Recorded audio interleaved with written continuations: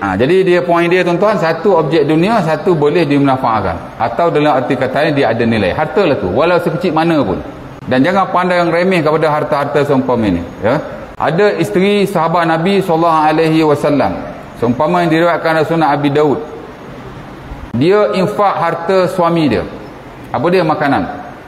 Orang datang minta sedekah, dia pun bagi sebagian makanan dari rumahnya.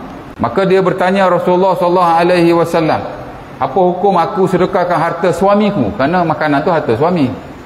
Suami ke cari rezeki, buat balik, beli beras, beli gandum. Tiba-tiba aku sedekahkan kepada orang itu tanpa meminta izin daripada suamiku. Apa hukumnya? Boleh ke tak boleh? Dia tanya Rasulullah SAW. Maka apa kata Nabi? Kata Nabi SAW, la tunfiq imra'atun min mali zawjiha illa biiznihi. Tak boleh seorang wanita menginfakkan harta suaminya melainkan dengan izinnya. Maka sahabat lain yang bertanya, at-ta'am ya Rasulullah. Alah, makanan je pun Rasulullah, makanan je. Bukan kata emas ketu ke, ya tak? Duit 1,000 ke, alah makanan berapa iya je. Bila dia tamar ke 4-5 biji, ya tak? Gandum ke satu cedok ke, satu cupa ke. Apa jawab Nabi? Nabi kata, zalika afdalu amwalina.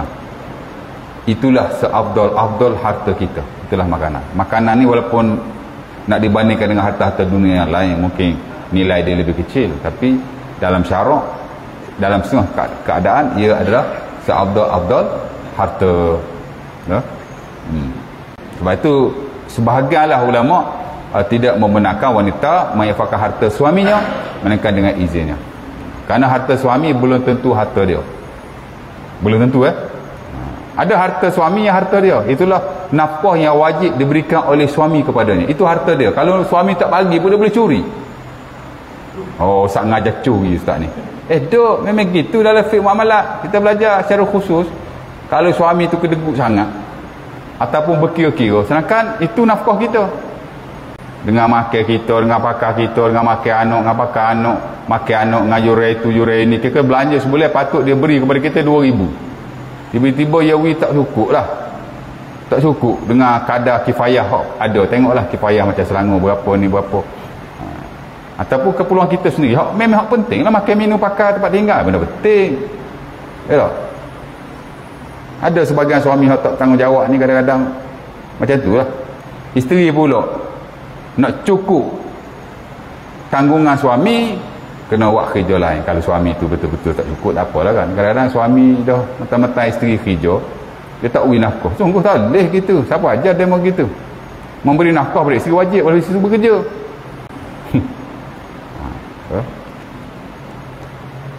InsyaAllah.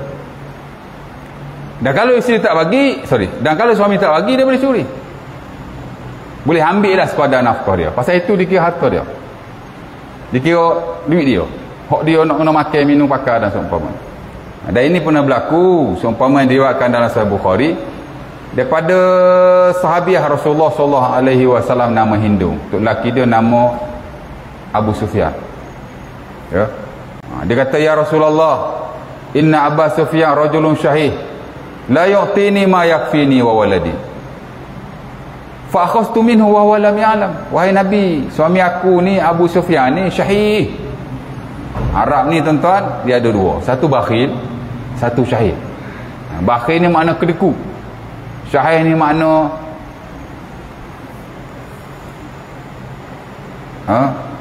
lebih kedekut. Kedekut sungguh.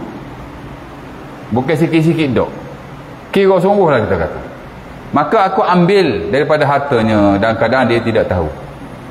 Apa jawab Nabi? Nabi kata, khuzi ma yakfiki wa waladiki bil ma'ruf. Kamu boleh ambil daripada hartanya untuk dirimu dan anakmu dengan baik. Maksud boleh ya? Ya. Sebab itu dia punya. Tapi selain daripada itu tak boleh. Ada orang tuan-tuan, suami dia baru pencen, diserahkan duit itu kepadanya. Yalah, siapa lagi nak jaga harta kita kalau bukan bini kita? Tapi nak tengok juga, ya tak? Dia boleh duit suami dia, dia beli tu, dia beli ni. Dia enjoy sana, enjoy sini, beli tu, beli ni, macam-macam dia buat kan. Repair sana, repair sini. Lah tu lagi tengok le akaun. Bila minta mana duit saya bagi kawak, mai tengok boleh tinggal berapa, tengok baki separuh. Oh neng untuk lelaki dia, nak marah ke tu bini aku. Ke marah bini, marah aku balik, nanya aku. Sipil hati ya. Jadi orang tanya kita boleh tak Ustaz? Saya kata tidak boleh sama sekali. Kerana harta suami, harta suami. Begitu juga harta isteri, harta isteri. Melainkan dalam konteks-konteks tertentu mungkin ada pensyarikatan ataupun perkongsian antara mereka. Adalah mungkin lah, saya tak tahulah kan. Bahkan di negara kita memang ada dia panggil harta sepencarian ya. Dalam fiqh tak ada harta sepencarian. Tapi di Malaysia adalah kaedah-kaedah dia dan telah dienamelkan. Itu asalnya daripada adab pepatih. Tuan-tuan carilah buku fiqh harta sepencarian. Sampai suruh tak ada. Ya. Mungkin ada yang menerima konsep itu, mungkin ada yang tidak menerimanya, tapi dia telah dienamelkan.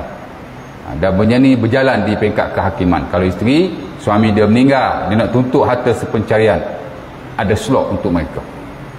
Jadi patut-patut harta faraid dia dapat sekian-sekian dengan sebab slot harta sepencarian mengikut peruntukan-peruntukan tertentu lah di negara kita, maka dia berhak dapat lebih lah berbanding faraid yang perlu dia dapat. Walaupun dalam konteks muamalat benda ni ada isu, tapi tak apalah kan, hukmul hakim yarfa'ul khilaf. Apa-apa pun dia kembali kepada pihak otoriti dan ulil amri, maka kita menerima ya. Baik. Nah jadi boleh lah tuan-tuan ambil kan, tapi lebih tu tuan-tuan tak boleh pandai-pandai termasuk nak infak ya. Menurut sebahagian para ulama, walaupun sebahagian yang lain kata boleh kita infak harta suami kita, tapi infak lain ni bukan joli ya, bukan enjoy kudan ya. Ni infak, dia kata boleh menginfakkan harta suami walaupun dia tidak tahu ya, jika diketahui suami itu redha. Mana kalau kita sedekah kita tahu suami kita tak marah, Allah duit suami hak week kita 20,000, tokek sedekah 100 dia nak marah. Tapi kalau kita sedekah sampai separuh, dia bagi kita 20,000, kita sedekah sampai 10,000, mungkin sebab dia marah. Itu tak boleh lah. Tengoklah keadaannya macam mana. Ala kuliah dalam bab ni ada khilaf sikit ya. Baik.